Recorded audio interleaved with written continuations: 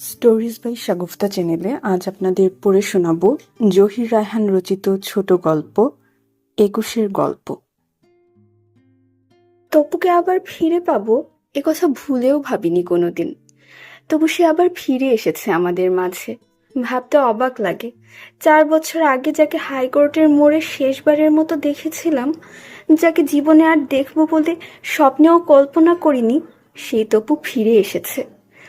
ও ফিরে আসার পর থেকে আমরা সবাই যেন কেমন একটু উদ্বিগ্ন হয়ে পড়েছি।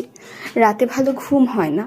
যদিও একটু আধটু তন্দ্রা আসে, তবু অন্ধকারে হঠাৎ ওর দিকে চোখ পড়লে গা হাত পা শিউরে ওঠে। ভয়ে জড়সড়ো হয়ে যায়, লেপের নিচে দেহটা ঠক ঠক করে কাঁপে। দিনের বেলা ওকে ঘিরে আমরা ছোটখাটো জটলা পাকাই। খবর পেয়ে অনেকেই দেখতে আসে ওকে। অবাক হয়ে ওর দিকে তাকিয়ে থাকে ওরা। আমরা যে অবাক হই না তা নয়, আমাদের চোখেও বিস্ময় জাগে। ২ বছরও আমাদের সাথে ছিল। ওর শ্বাস প্রশ্বাসের খবরও আমরা রাখতাম। সত্যি কি অবাক কাণ্ড দেখো তো। কে বলবে যে তপু? ওকে চেনাই যায় না। ওর মাকে ডাকো, আমি হলফ করে বলতে পারি ওর মাও চিনতে পারবে না ওকে। চিনবে কি করে? জটলার এক পাশ থেকে রাহাত বিজ্ঞের মতো বলে, চেনার কোনো উপায় থাকলে তো চিনবে। এ অবস্থায় কেউ কাউকে চিনতে পারে না বলে সে একটা দীর্ঘশ্বাস ছাড়ে। আমরাও কেমন যেন আনমনা হয়ে পড়ি ক্ষণিকের জন্য। অনেক কষ্টে ঠিকানা জোগাড় করে কাল সকালে রাহাতকে পাঠিয়েছিলাম তপুর মা আর বউকে খবর দেবার জন্য। সারাদিন এখানে সেখানে পই পই করে ঘুরে বিকেলে যখন রাহাত ফিরে এসে খবর দিল ওদের কাউকে পাওয়া যায়নি, তখন রীতিমতো ভাবনায় পড়লাম আমরা। এখন কি করা যায় বলো তো? ওদের একজনকেও তো পাওয়া গেল না। আমি চোখ তুলে তাকালাম রাহাতের দিকে।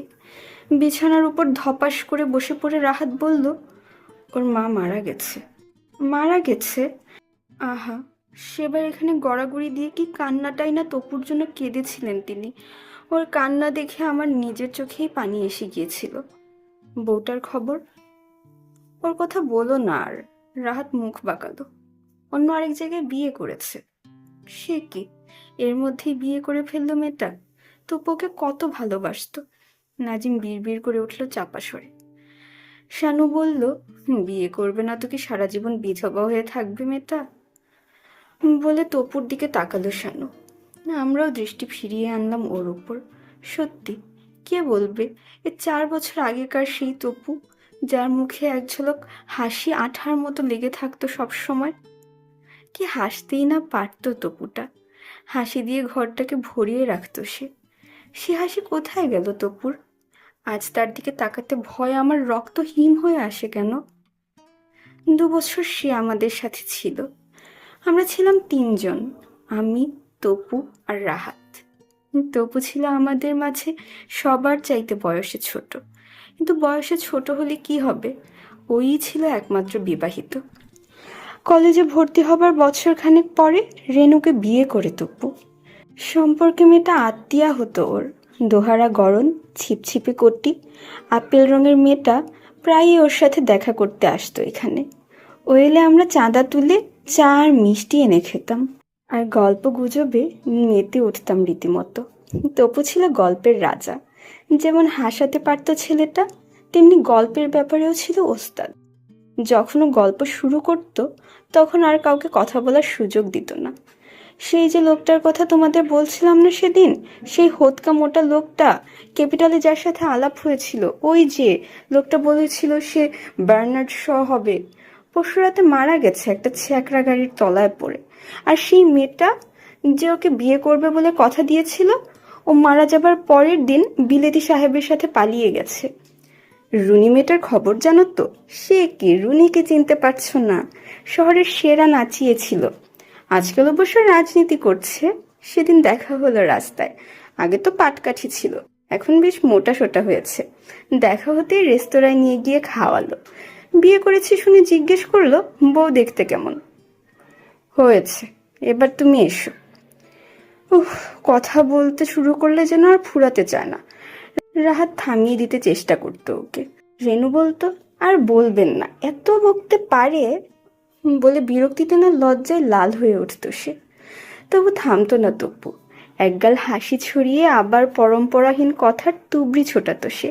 থাকবে, অন্যের কথা যখন তোমরা শুনতে চাও না, নিজের কথাই বলি। ভাবছি ডাক্তারিটা পাশ করতে পারলে এই শহরে আর থাকবো না, গায়ে চলে যাব, ছোট্ট একটা ঘর বাঁধবো সেখানে। তোমরা দেখো, আমার ঘরে কোনো জাঁকজমক থাকবে না, একেবারে সাধারণ। হ্যাঁ, একটা ছোট্ট ডিসপেন্সারি, আর কিছু না। মাঝে মাঝে এমনি স্বপ্ন দেখায় অভ্যস্ত ছিল তপু।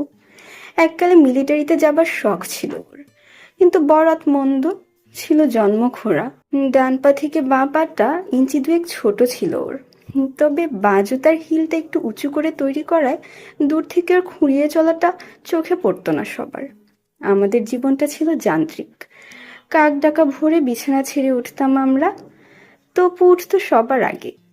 ও জাগাতো আমাদের দুজনকে। ওঠো, ভোর হয়ে গেছে, দেখছো না অমন মোষের মতো ঘুমোচ্ছ কেন, ওঠো।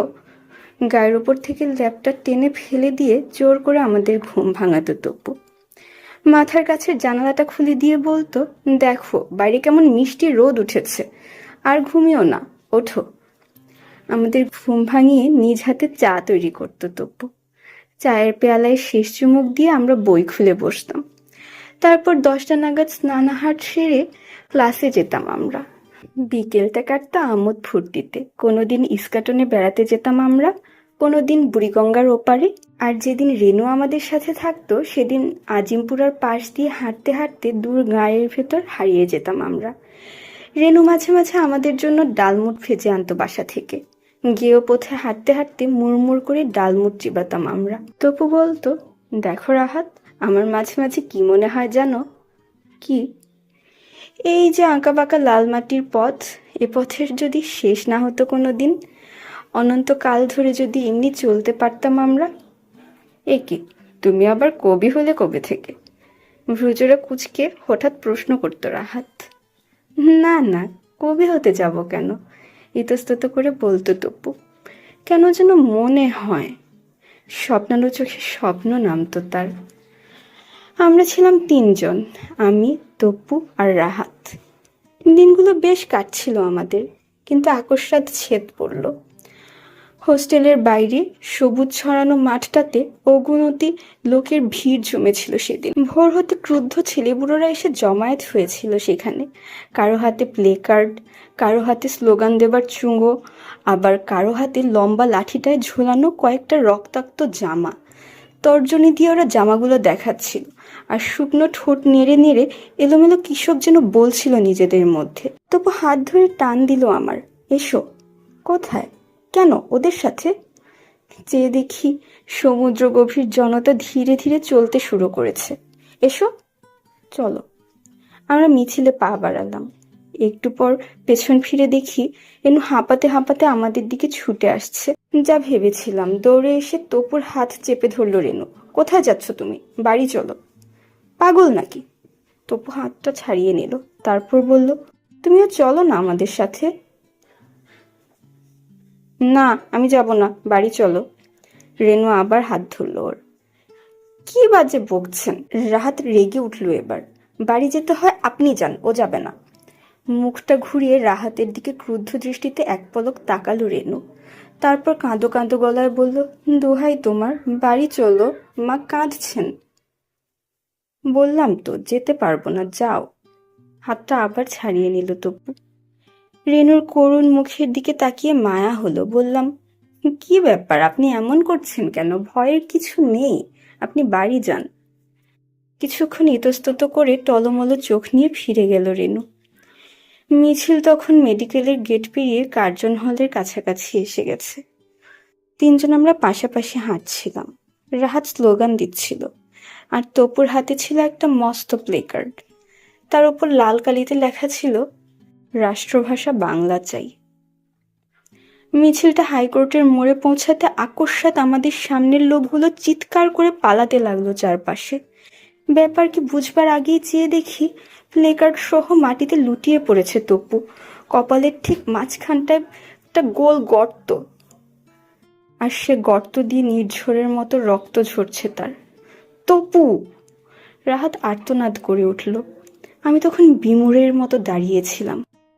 দুজন মিলিটারি ছুটে এসে তপুর মৃতদেহ তুলে নিয়ে গেল আমাদের সামনে থেকে। আমরা এতটুকুও নড়লাম না, বাধা দিতে পারলাম না। দেহটা যেন বরফের মতো জমে গিয়েছিল। তারপর আমিও ফিরে আসতে আসতে চিৎকার করে উঠলাম, রাহাত পালাও! কোথায়? হতবাক হয়ে আমার দিকে তাকালো রাহাত। তারপর উভয়ে ঊর্ধ্বশ্বাসে দৌড় দিলাম আমরা ইউনিভার্সিটির দিকে। সে রাতে তপুর মা এসে গড়াগড়ি দিয়ে কেঁদেছিলেন এখানে। রেনুও এসেছিল। পলকহীন চোখ জোড়া দিয়ে অশ্রুর ফোয়ারা নেমেছিল তার, কিন্তু আমাদের দিকে একবারও তাকায়নি সে। একটা কথাও আমাদের সাথে বলেনি রেনু। রাহাত শুধু আমার কানে কানে ফিস ফিস করে বলেছিল, তপু না মরে আমি মরলেই ভালো হতো। কি অবাক কাণ্ড দেখো তো, পাশাপাশি ছিলাম আমরা, অথচ আমাদের কিছু হলো না। গুলি লাগলো কিনা তপুর কপালে। কি অবাক কাণ্ড দেখো তো। তারপর 4 বছর কেটে গেছে। 4 বছর পর তপুকে ফিরে পাবো এ কথা ভুলেও ভাবিনি কোনোদিন। তপু মারা যাবার পর রেনু এসে একদিন মালপত্রগুলো সব নিয়ে গেল ওর। 2টো সুটকেস, একটা বইয়ের ট্রাঙ্ক আর একটা বেডিং। সেদিনও মুখ ভার করেছিল রেনু, কথা বলেনি আমাদের সাথে। শুধু রাহাতের দিকে এক পলক তাকিয়ে জিজ্ঞেস করেছিল, আর একটা গরম কোট ছিল না, কোটটা কোথায়? ও, ওটা আমার সুটকেসে। ধীরে কোটটা বের করে দিয়েছিল রাহাত। তারপর দিন কয়েক তপুর সিটটা খালি পড়েছিল। মাঝে মাঝে রাত শেষ হয়ে গেলে আমাদের মনে হতো কে যেন গায়ে হাত দিয়ে ডাকছে আমাদের, ওঠো, আর ঘুমিও না, ওঠো। চোখ মেলে কাউকে দেখতে পেতাম না, শুধু ওর শূন্য বিছানার দিকে তাকিয়ে মনটা ব্যথায় ভরে উঠত। তারপর একদিন তপুর সিটে নতুন একটা ছেলে এলো। সে ছেলেটা বছর 3 ছিল। তারপর এলো আরেকজন, আমাদের নতুন রুমমেট, বেশ হাসি খুশি ভরা মুখ। সেদিন সকালে বিছানায় বসে অ্যানাটমির পাতা উল্টাচ্ছিল সে। তার চৌকির নিচে একটা ঝুড়িতে রাখা স্কেলিটনের স্কালটা বের করে দেখছিল আর বইয়ের সাথে মিলিয়ে পড়ছিল সে। তারপর একসময় হঠাৎ রাহাতের দিকে তাকিয়ে জিজ্ঞেস করলো, রাহাত সাহেব, একটু দেখুন তো, আমার স্কালের কপালের মাঝখানটা একটা গর্ত কেন? কি বললে? চমকে উঠে উভয়েই তাকালাম ওর দিকে। রাহাত উঠে গিয়ে স্কালটা তুলে নিল হাতে। ঝুঁকে পড়ে সে দেখতে লাগলো অবাক হয়ে। হ্যাঁ, কপালের মাঝখানটায় গোল একটা ফুটো। রাহাত তাকালো আমার দিকে। ওর চোখের ভাষা বুঝতে ভুল হলো না আমার। বিড়বিড় করে বললাম, বাঁ পায়ের হাড়টা 2 ইঞ্চি ছোট ছিল ওর। কথাটা শেষ না হতেই ঝুড়ি থেকে হাড়গুলো তুলে নিল রাহাত। হাত জোড়া ঠকঠক করে কাঁপছিল ওর। একটু পর উত্তেজিত গলায় চিৎকার করে বলল, বাঁ পায়ের টিবিয়া ফেবুলাটা 2 ইঞ্চি ছোট, দেখো দেখো। উত্তেজনায় আমিও কাঁপছিলাম। ক্ষণকাল পরে স্কালটা 2 হাতে তুলে ধরে রাহাত বলল, তপু। বলতে গিয়ে গলাটা ধরে এলো ওর। আজকের মতো এখানেই শেষ করছি।